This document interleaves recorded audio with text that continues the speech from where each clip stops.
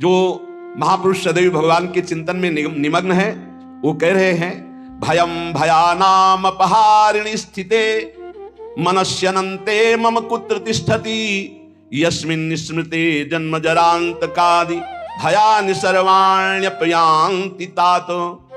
हे दोस्तों मित्रों, तुम्हें कोई भी कष्ट नहीं होगा, ना मृत्यु का, ना रोग का, ना अपमान का, ना कोई भय छू सकेगा। कौन सा ऐसा जादू है भाई? बोले समस्त भयम भयानाप हारिणी स्थिति, समस्त भय का अपहरण करने वाली एक स्थिति जागृत होती है। कैसे जागृत होती है? अनंत महिमाशाली भगवान के नाम का जो स्मरण करता रहता है। हम अपनी कल्पना से भयभीत होते हैं, कहीं कोई भय नहीं है। जहां भय लगा है वहां हमने देखा हमारी कल्पना हमको भयभीत करती है। नाम जब चल रहा है तो तुम्हें भय कोई परास्त नहीं कर। भयम भयानाम हारिणी, समस्त भयों का अपहरण करने के लिए नाम विराजमान है। चौथी स्टेज में कैंसर, अब कभी भी शरीर छूट सकता है। पूरा तिलक लगाए मुस्कुराते हुए बात करो, बोले बस बल है राधा नाम का। अभी कुछ दिनों से जुड़े, यही एकांतिक में उनका बड़ा भी है। भयम भयानाप हारिणी स्थिते, समस्त भयों का अपहरण हो जाएगा। विश्वास करो, तुम कितने दिन पैसा कमा लोगे, कितने दिन भोग लोगे, कितने दिन परिवार को संभाल लोगे। हरि गुरु का अंतर से भाव तुम्हारे नहीं जुड़ पा रहा है तो क्या तुम अविनाशी हो? अगर आज मर गए तो तुम्हारी पत्नी, तुम्हारे पुत्र, तुम्हारा परिवार कौन चलाएगा? विश्वंभर भगवान। तो आज विश्वास क्यों नहीं करता भगवान पर? अपने पर क्यों ले रहा है कि अगर नहीं हुआ तो मैं बर्बाद हो गया? बर्बाद तू तो है ही। आबाद कब तू हुआ था? आबाद तो उस क्षण होता है जब उस ईश्वर का आश्रय ले लेता है और पूरा भरोसा ईश्वर पे छोड़ देता है, उसे कहते हैं आबाद होना। अहंकारी कभी, अपने को कर्ता मानने वाला कभी आबाद नहीं होता। यही समय तो होता है उत्तर देने का, मैं आपका। सर्वस्व नष्ट हो जाए तो भी स्वामी मैं आपका। आपकी आज्ञा के अनुसार आपके विरुद्ध कभी नहीं चल सकता, चाहे प्राण चले। भगवत प्राप्ति ऐसे होती है। नौकाएं कभी डूबती नहीं, लड़खड़ाती नहीं, छेद होती नहीं। नाविक ने आज तक किसी को डूबने नहीं दिया, पार कर दिया है। चुपचाप बैठा रहे, दौड़ क्यों मचा रहा है? इधर से उधर पूरा बैलेंस बिगाड़ने की कोशिश कर रहा है। एक आदमी ट्रेन में दौड़ रहा था, डिब्बे में। ये साधु थे। तो भाई मैं देख रहा हूं तू दौड़ रहा है, क्यों दौड़ रहा है? बोले हमको बहुत जल्दी पहुंचना है अमुक स्टेशन पे। पागल, ट्रेन चल रही, तू बैठ जा, तू बैठ जा, ट्रेन चल रही। ऐसे ही तू सच्ची मान, अध्यात्म की कोई दौड़ भाग नहीं होती। अध्यात्म कोई किलोमीटरों वाली यात्रा नहीं कि बहुत भागना पसीना चुआना है। समझ समझ, विवेक का मार्ग, विवेक का। आराम से बैठ जा। काहू के बल भजन को, काहू के आचार, ब्यास भरोसे, कुंवर के सोवत पाव प्रसाद। अंतिम समय सूरदास जी का पद, भरोसो दृढ़ इन चरणन केरो। ये है पूरी जीवन की साथ। नाते नेह राम के मनियत, जाके प्रिय नलाम बेदेही, तजिए ताह कोटि बैरिसम जद्य परम सनेही। पुलापा नहीं चलता यहां, ठोस चलेगा, ठोस घनीभूत भक्ति। और वो होती भक्तों के चरणों से, हरिभक्तों के चरणों से। जरा भी आप प्रश्नवाचक चिन्ह आपके सामने लग गया तो शरणागति में कलंक लग जाएगा। नहीं, भगवत प्राप्ति का माइक से ठेका लेते हैं। शरणागति, भगवत प्राप्ति बिल्कुल सहज सरल। सब कुछ उनका था, उनका है, उनका ही रहेगा। तुमने जो अपना मान लिया है, बस वही समर्पित कराने के लिए रोज सत्संग हो रहा है, उसी को समझ लो। भगवान ही तुम्हारे पुत्र परिवार के रूप में हैं। वही ऐसा प्रश्न खड़ा करेंगे कि तुम भगवान को देखते हो या पुत्र को देखते हो। हमें श्री भगवान की तरफ देखना है तो वो भी हो जाएगा, सब मंगल ही मंगल हो जाए। और अगर पक्ष ले लिया संसार का तो गए, नंबर से आप नीचे उतर जाएंगे। इसीलिए कह रहे, अगर भय मुक्त होना, सबसे बड़ा भय मृत्यु का है, जो बच नहीं सकते, वो आने वाला है। तो बोले जब साधु भी मरता है, गृहस्थ भी मरता है, तो भी भजन से क्या है? साधु मरता नहीं। सांप जैसे अपनी केचुल छोड़ता है, ऐसे साधु अपने शरीर को छोड़ता है और भगवत धाम जाता है। मरता है विषयी पुरुष, जन्मत मरत दुषा दुख होई। इसलिए भयम भयानाप, जो नाना प्रकार के भय, नाना प्रकार के दुख, आपको चिंता शोक, उनसे मुक्त होने के लिए बार बार कहते हैं राधा राधा राधा। नाम जप करो, प्रभु के आश्रित हो जाओ, अपनी चिंता छोड़ो, अपने परिवार की चिंता छोड़ो, भगवत चिंतन करो। बहुत बढ़िया जिम्मेवारी भगवान ले लेंगे। सच्ची मानिए, कर्तव्य छोड़ने की बात नहीं कह रहे हैं, चिंता छोड़ने की। तुम्हारे चिंता करने से होगा, ओवर थिंकिंग तुम्हारे सोचने से होगा कि हम ये महल बनेगा, महल के ऊपर अटारी चढ़े, फिर ये होगा, फिर वो होगा, फिर होगा। तो बोले हम कुछ सोचे ना, नहीं, राधा राधा राधा, वर्तमान में राधा राधा जब, जो आगे होता चला जाए उसको करता चला जा, तो जीवन मुक्त हो जाएगा गृहस्थी में रहते हुए। सोच हमको नहीं, सोच हमारे प्रभु देंगे। आगे क्या करना है वो करेंगे, हम संकल्प विकल्प करके फंस जाएंगे। बाले क्रीडन का सक्ता यौवने विषयोन्मुखाः अज्ञानयन्त्य शक्त्याः च वार्धकं समुपस्थितम् तस्मात् बाल्ये विवेकात्मा यतेत श्रेयसे सदा बाल्य यौवन वृद्ध्यायैर्देह भावैः संयुतः। सांसारिक जन बाल्यावस्था खेल कूद में व्यतीत कर देते हैं। हम प्रणाम करते हैं उन माता पिता को जो अपने बच्चों को बाल्यावस्था से नाम जपना, समय से उठना, पृथ्वी माता के चरण छूना, सूर्य भगवान को नमस्कार करना, अच्छे अच्छे आचरण सिखाते हैं। आजकल माता पिता नहीं उठते प्रातः काल, तो बच्चों को क्या उठाएं प्रातः काल? 11 बजे तक उठते हैं। बाल्ये क्रीडन का शक्त यौवने विषयोन्मुखा। बाल्यावस्था तो खेल कूद में चली गई। जीवन वही धन्य जो भगवान से मिल जाए, वो जीवन किस काम का? आजकल कह रहे हैं कि बाल्य क्रीडन का शक्त, बालकों को तो क्रीड़ा अवस्था में ऐसा लगा दिया कि बाल्यावस्था कब निकल गई पता नहीं। चाहे यौवने विषयोन्मुखा, यौवन अवस्था भोगों में फंसा दे। अरे भाई, भगवान कृपा करें सबको अच्छे माता पिता मिले। कैसे अच्छे माता पिता? जो भगवान में लगाते हैं, जो सत धर्म में लगाते हैं, जो सत कार्यों में लगाते हैं। बहुत बड़ा योगदान होता है माता का। फिर दूसरा पिता का, सबसे बड़ा गुरु माता, फिर पिता, क्योंकि वही सतमार्ग में चले। गांव में एक बार नाटक आया था दिखाने के लिए, वो क्या कहते हैं, नौटंकी, वो सुल्ताना डाकू पूरा दिखाया गया। रात भर देखा था, बच्चे थे उस समय। तो जब उसको फांसी की सजा दी गई तो उससे पूछा गया तुम्हारी अंतिम चाहत क्या है? वो हम पूरी जिंदगी भर ध्यान रखा। बोले हमारी माता को हमसे मिला दो। माता को, जे ही माता मिलने आई तो गले लगे और दांत से पूरी नाक काट ली माता की। तो आप ईश्वर ने पूछा ये क्यों किया? बोले मुझे आज फांसी के फंदे में चढ़ाने वाली ये है। पहली बार हमने पेंसिल चुराई थी, और जब इसको कहा कि माँ मैं पेंसिल चुरा के लाया, तो इसने कहा बहुत अच्छा बेटा, लिखने के काम आएगी। बस उसी दिन से मुझे लगा कि बहुत अच्छा कार्य है। और आज मैं सुल्ताना डाकू बना और मुझे इसकी फांसी की सजा मिल रही, तो सबसे बड़ी अपराधिनी मेरी माँ है जो मुझे इस मार दी। माँ प्रथम गुरु है। आप अपने बच्चे को जैसे गर्भ से शिक्षा, अगर हम प्रार्थना करते हैं गृहस्थ में वो बच्चा गर्भ में आ जाए तो सहवास बंद कर दो, सात्विक भोजन पाओ, भगवत नाम कीर्तन सुनो, भगवत कथा सुनो, महान तीर्थों का भ्रमण करो अगर कर सकते हो, उससे तुम्हारे बालक के बहुत सात्विक संस्कार होंगे। यौवने विषयोन्मुखा, जवानी भोगों में व्यतीत करने के लिए प्रेरणा दी गई और अंदर और बाहर दोनों से संयोग बने, विषयों से हृदय मलिन हो गया। फिर कह रहे हैं अज्ञा नयंति असक्त्याः, जो अगली अवस्था आई बुढ़ापा, वो तो असक्त, इंद्रियां वो वैसे ही चंचल, मन वैसे ही चंचल, शरीर असक्त। अब वो अंदर बैठे बैठे भोगों का चिंतन कर रहा है, उसकी दुर्गति हो जाती है, दुर्गति। इसलिए तस्मात् बाल्ये विवेकात्मा यतेत श्रेयसे सदा। विवेकवान होकर बाल्यावस्था से वो माता पिता धन्य हैं जो अपने बच्चे को शासन में लेकर, ए बाल भोग बना रहे, 5 मिनट राधा राधा कीर्तन कर, अभी तुझे पवाते, थोड़ा सा नाम संस्कार डालिए, भगवत कीर्तन का, भगवान नाम जप का, बैठ 5 मिनट बैठ के कथा सुन, देखो सत्संग सुन, या स्वयं सुनाने लगे कोई ना कोई ग्रंथ की बात। संस्कार पढ़ते, गर्भ से संस्कार पढ़ते। अभिमन्यु जी को गर्भ में ही चक्रव्यूह तोड़ना आ गया था। प्रहलाद जी को गर्भ में ही परम महाभागवत बना दिया था नारद जी ने। अगर आप गर्भस्थ शिशु से शिक्षा प्रारंभ करेंगे तो कोई महान राष्ट्रभक्त महात्मा पैदा होगा।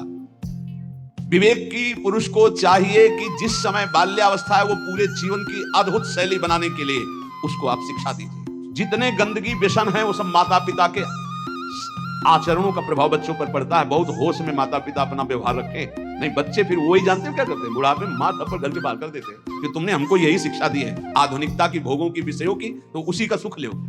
इसलिए तदे तद्वो मयाख्यातम यदि जानीत नानृतम तदस्मत् प्रीतये विष्णु स्मृत्याम बंध मुक्तिदः। मित्रों, मैं तुम लोगों से प्रार्थना कह रहा हूं, तुम झूठ मत समझना।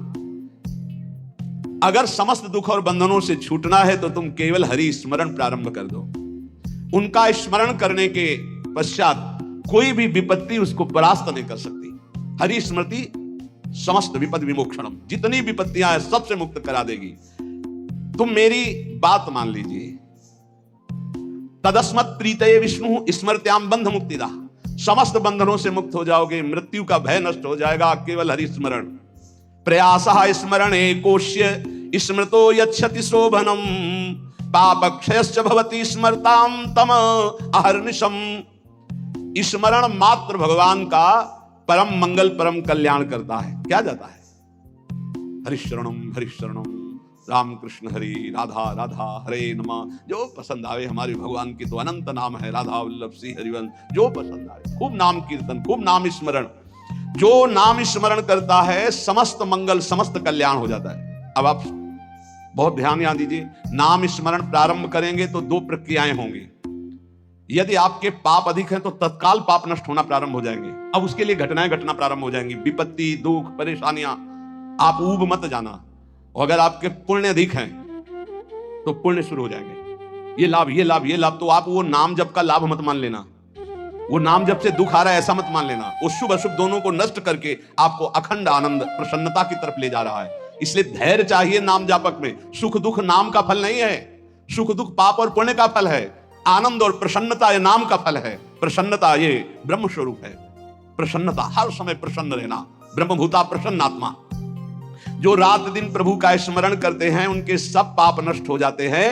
प्रभु में अहर्निश बुद्धि लगने के कारण प्रभु परम सुख समुद्र है, इसलिए वो सुख समुद्र हो जाता है, हर समय सुख में डूबा रहता है। तापत्रयणे भीतम यदे तदखिलम जगत तदा सोचेषु भूतेषु द्वेषम प्राज्ञः करोति कहा। ये संसार तीन तापों से जल रहा है। तुम शोचनीय पुरुषों जैसे जलने के लिए तैयार मत हो। अगर तुम बचना चाहते हो तो बच सकते हो नाम जप के, नहीं तो कैसे कैसे मृत्यु अपहरण कर रही है। बैठे हैं आराम से कुर्सी में, पीछे से पूरी दीवार गिरी मर गई। एक एक क्षण में मृत्यु तो काल कवल कर रही है और हम सोच रहे हैं सब कुछ काम हो जाए फिर एक बैठकर भजन करेंगे या तीर्थयाटन करेंगे। मृत्यु तुम्हें तीर्थयाटन और भजन के लिए समय नहीं देगी। आज अभी से भजन शुरू करो। बद्ध वैराणि भूतानि द्वेषम कुर्वन्ति चेततः सुशोच्यान्यति मोहेन व्याप्ता नीति मनीषिणाम। यहां भजन तो करते नहीं, एक दूसरे से वैर कर रहे हैं, एक दूसरे से छल कपट कर रहे हैं, पापाचरण कर रहे हैं।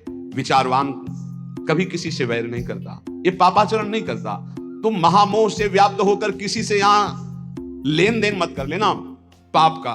कोई ऐसा पाप कर लिया, कोई वैर कर लिया, आना पड़ेगा। त्रिभुवन में किसी से वैर नहीं होना चाहिए, तब तुम जीवन मुक्त होगे। इसलिए अजात शत्रु होता है भगवान का भक्त। और किसी से कुछ लेना ना देना, मगन रहना, कर्जा ना रहे, नहीं तो आके देना पड़ेगा, आना पड़ेगा। कुछ ना कुछ ऐसा बन करके उसका हिसाब करके तुम्हें यहां से जाना पड़ेगा। बोले जैसे हमारा जवान लड़का था, बहुत मेहनत करके, बहुत वो अपने में कम खर्चा करता था, सब हम ही को देता था क्योंकि कर्जा निपटाने आया था। और कर्जा निपटा चला गया, वो तुम्हारा लड़का थोड़ी था, वो अपना कर्जा देने आया था। और कर्जा लेने आया था, बोले बचपन से बीमार, कुछ दिनों के बाद वो पधार गया, तो अपने लेने आया था हिसाब किताब। बहुत होश में। जीवन मुक्त होने के लिए किसी से लेना नहीं, किसी का देना नहीं, किसी से वैर नहीं, किसी से मित्रता नहीं, सबसे भगवत भाव। मैं तुम सबसे आग्रह करता हूं, तुम इस असार संसार के विषयों में कभी संतुष्ट नहीं हो सकते, मेरी बात समझ लो। चाहे जितना भोग भोग लो, कभी ऐसा नहीं हो सकता हाँ अब आज के बाद मुझे नहीं चाहिए। ये ऐसे भूत के लड्डू हैं, खाओ तो परेशान, ना खाओ तो परेशान। जो नहीं भोग रहे हैं वो ललचा रहे हैं, और जो भोग रहे हैं वो पछता रहे हैं। बड़ा विचित्र माया का खेल है। और जो संसार में है वो पछता रहे कि हम सोचा था इसमें सुख है, वो है नहीं। हमें लगता है कि सुख औरों में है, पूरा जीवन उनको पछताते चला जाता है, ये भोगा, ये भोगा, ये भोगा। और अगर सही भजन नहीं हुआ तो पूरा जीवन इस भेष में पछताते चला जाता है। इधर उधर ताक झांक, पूरा जीवन व्यर्थ चला जाता है। ये हम भ्रमण करते हुए जीवन में देखा कि अगर साधना नहीं है तो अवस्थागत इंद्रियां शांत नहीं होती। उपासक को चाहिए कि ये सोच ले कि विश्व के चाहे जितने भोग भोग लो, कभी संतुष्ट नहीं होने वाले। अच्युत भगवान की आराधना कर लो तो तृप्त हो जाओगे। फिर ऐसा हृदय की स्थिति हो जाएगी जैसे गोस्वामी तुलसीदास जी कहे, पायो परम विश्राम राम समान प्रभु नाही को। हृदय शांत हो जाएगा। अब कछुनाथ न चाही मोरे, हृदय से आने लगेगा। सर्वशक्तिमान भगवान श्री हरि समस्त प्राणियों में विराजमान है। ऐसे भावना करके जिससे मिलो पहले भगवत भाव करो। काम क्रोध लोभ मोह मद मत्सर इन 6 शत्रुओं पर विजय प्राप्त कर लेता है, वही भगवान का दर्शन प्राप्त करता है। तब बड़ा आश्चर्य होता है जब एकांतिक में भगवत प्राप्त आते हैं और फिर कहते हैं मुझे भगवत साक्षात्कार हो गया, और फिर कहते हैं मन में बड़ी परेशानी है। घर के लोग हमको बहुत विरोध करते हैं कि कौन सी भगवत प्राप्ति किए हैं जो शास्त्र में कहीं नहीं है। आजकल ऐसे भगवत प्राप्त हो रहे हैं ज्यादा, शास्त्र में कहीं नहीं है। बच्चों, कहीं नहीं शास्त्र में, ऐसी कोई शास्त्र में प्रपंच नहीं है, कोई प्रपंच नहीं। शास्त्र केवल भवबंधन के मुक्त करने के लिए ये साधनाएं बता रहा है। ये छोटी मोटी सिद्धियां घास फूस की तरह है, घास फूस की तरह। तुम इसको बहुत बड़ा समझते हो, तुम्हारा ये नाम है, तुम वहां से आ रहे हो, तुम ये बहुत बड़ी बात थोड़ी है। 2 4 6 महीने तुम्हें नियम से बता दें, वैसे रहो सात्विक आहार करके। अगर आपके अंदर ना आने लगे तो हमें बताना। जीवन में कभी मदिरा जबान में ना रखी हो, मांस कभी खाया ना हो, ये अंडा मांस मछली, केवल ये तुम्हारे जीवन 6 महीना में तुमको बता देंगे कि जिसके मन की बात चाहोगे उसके मन की जान लोगे। तुम खेल समझते हो? मंत्रों में इतनी सामर्थ्य, पर पवित्रता, पवित्रता, आप अपवित्र हो रहे हैं तो इसलिए कुछ समझ में नहीं आ रहा है। अपवित्रता पर्दा डालती चली जाती है। ये ढूंढी आश्रम में, शायद आप जानते हैं, ढूंढी आश्रम में बहुत सिद्ध महात्मा है। दर्शन के लिए भागे तो 9:30 बजे तक केवल दर्शन सुबह देते थे। अब गुरु आश्रम से चले तो पर विलंब हो गया, 10 बज गए हमें रास्ते में। बस माता जी का मंत्र एकदम स्मरण किया, हमारा जाना व्यर्थ नहीं होना चाहिए, हमें दर्शन होने चाहिए। आप सच्ची मानिए, अकेले महाराज जी बैठे थे। जो ही गए तो पहला शब्द था कि बोले आओ महात्मा इंतजार कर रहे हैं। उनका स्वामी जी बड़ी करुणा, बोले करुणा नहीं, तुम्हारी माता जी आकर के मुझे रोक लिया। हमारी माता जी? बोले हाँ हाँ, जगदम्बा जिनका तुम मंत्र पढ़ रहे थे। ऐसा मंत्रों में आप ये भवबंधन मुक्त करने, तापत्रेणाभिहतम यदे तदखिलम जगत। तुम क्या समझते हो? ये समझते हो कि ये छोटी मोटी बात? अरे एक ही समय में कई जगह उपस्थित हो जाना, पर्वत को भी छेद दे देना, विविध प्रकार की सिद्धियां, एक भी सिद्धि स्वीकार कर ले तो भगवत प्राप्ति नहीं होगी। हमारे ब्रज में ऐसे ऐसे कि अखिल कोटि ब्रह्मांड नायक परात्पर पीछे घूमे, 2-4 लोगों ने मिलकर थप्पड़ दिया, पीट गए, रोटी मांगा, खाया, कोई जानता नहीं कि ये क्या है। और यहां जो कोई सिद्धाई दिखाने की कोशिश की तो सीमा के बाहर कर दिया गया है। सीमा के बाहर यहां वो रहे जो प्रिया प्रीतम की सिद्धि में डूबे हुए हैं और कोई चमत्कार नहीं। सबसे बड़ा चमत्कार कि मन का परिवर्तन करके प्रिया प्रीतम में जिस दृष्टि गई तो श्यामा श्याम के प्रेम रंग में मतवाला कर दिया गया। भूलो मत, प्रिया प्रीतम की कृपा से ऐसे धाम में आए हो, ऐसे सत्संग को सुन रहे हो जिससे केवल भवबंधन मुक्त होता है। ये केवल भवबंधन की, ये तापत्रय विनाश आए उन सच्चिदानंद प्रभु का यश है जो कानों में पहुंच जाएगा तो भगवत प्राप्ति निश्चित है। हे भाई, चाहे देवता हो या दैत्य हो या मनुष्य हो या यक्ष हो या गंधर्व हो, कोई भी हो, मेरे प्रभु श्री हरि इतने कृपालु हैं कि उनके चरणों का जो आश्रय ले ले और नाम जब शुरू कर दे तो परम कल्याण हो जाता है। भगवान को प्रसन्न करने के लिए ब्राह्मण के कुल में जन्म लेना या देवता बनना या सदाचारी या विविध ज्ञानों से संपन्न होना या दान करना या यज्ञ करना, शारीरिक मानसिक पवित्रता, बड़े बड़े व्रत, ये सब पर्याप्त नहीं है। भगवान केवल प्रेम से प्राप्त होते, प्रेम से। वो कोई भी पुरुष नपुंसक नारी वा जीव चराचर कोई, अहोवत सुपचतो गरीयान या जिभ्या के वर्तते नाम तुभ्यम। भले वो चांडाल है पर उसकी जिभ्या पर हरि नाम है तो त्रिभुवन बंदनी है वो। देख लो देख लो, देवता दैत्य मनुष्य यक्ष गंधर्व कोई भी क्यों ना हो, जो हमारे भगवान का आश्रय लेकर उनका नाम जप करता है उसका परम मंगल परम कल्याण हो जाता है। प्रभु की प्राप्ति के लिए जरूरी नहीं है कि वो ब्राह्मण हो या देवता हो या वो सदाचारी हो या ज्ञान से संपन्न हो, दानी तपस्वी या कि शारीरिक मानसिक पवित्रता, बड़े बड़े व्रत, इनके द्वारा भगवान मिल जाए ऐसी जरूरी बात नहीं है। भगवान सिर्फ मिलते हैं प्रेम से, और प्रेम मूल्य नाम है। जो नाम जप करता है उसके हृदय में प्रेम होता है। प्रेमी वो कोई भी हो, भगवान उसको बहुत प्यार करते हैं। बहुत कृपा की, भगवान ने बहुत कृपा की। अगर कोई शर्त रख देते तो बड़ा कठिन होता। सिर्फ प्रेम, और प्रेम सबके हृदय में है। उस प्रेम को आपने बांट दिया है संसार में, उसी को समेट लो, भगवान की तरफ कर लो, भगवान की प्राप्ति हो जाएगी। इस संसार में सबसे दुर्लभ वस्तु मनुष्य शरीर है। इस मनुष्य शरीर में सबसे दुर्लभ वस्तु सत्संग है। सत्संग में सबसे दुर्लभ बात भगवान की अनन्य भक्ति है। भक्ति का स्वरूप सदा सर्वत्र भगवान की भावना करते हुए निरंतर स्मरण करना, सब कुछ प्राप्त है। देखो, इस संसार में सबसे दुर्लभ वस्तु मनुष्य शरीर है। मनुष्य शरीर में सबसे दुर्लभ वस्तु सत्संग है। सत्संग में दुर्लभ वस्तु श्री कृष्ण भक्ति है। भक्ति का स्वरूप सदा सर्वत्र भगवत भावना और नाम स्मरण। सब सुलभ है, सब दुर्लभ सुलभ है। यदि अब भगवत प्राप्ति नहीं हो तो मतलब अभागी समझो, अभागी।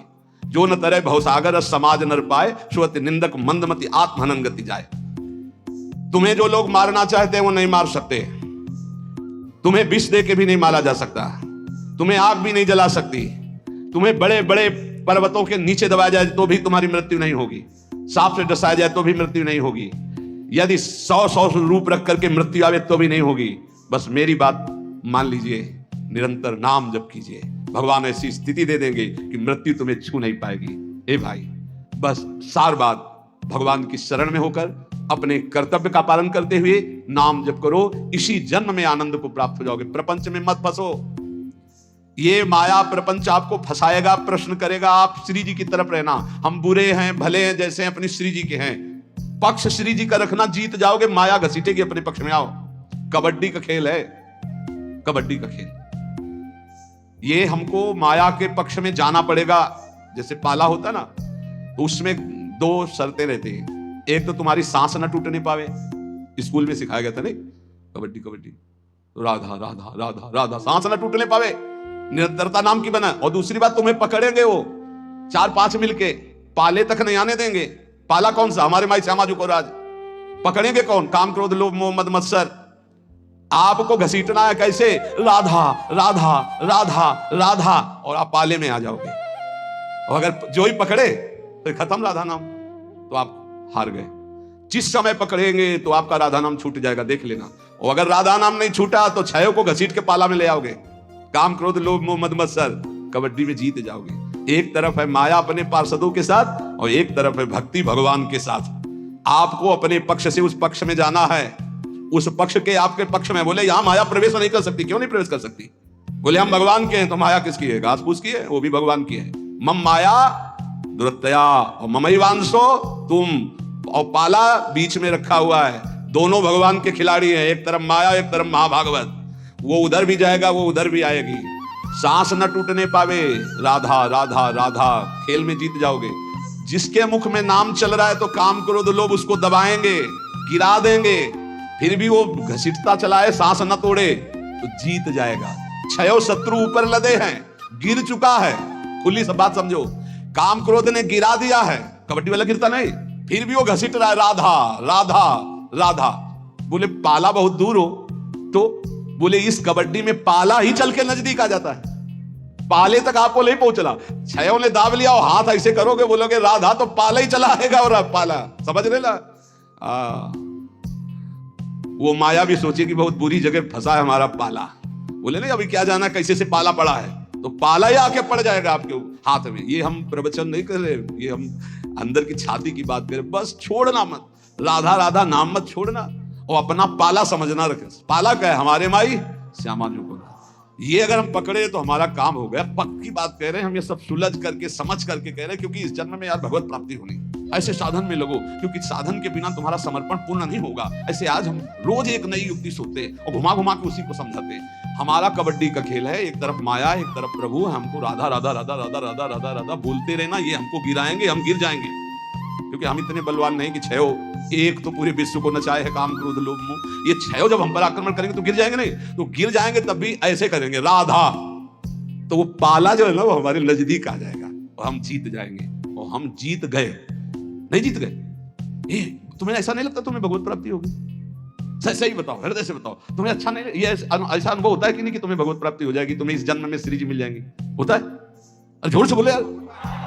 हाँ, ये श्री जी के बल से कहते हैं हम, अंदर नहीं आता। अपने तो हर समय से उत्साह रहते, जैसे किसी का विवाह होना तो कैसे नहीं फूला फूला घूमता है कि ऐसे हमको लगता है कि हमारा श्री जी के पास जाना है, श्री जी के पास जाना है, श्री जी के पास जाना है। कौन सी श्री जी? जिनके पास आए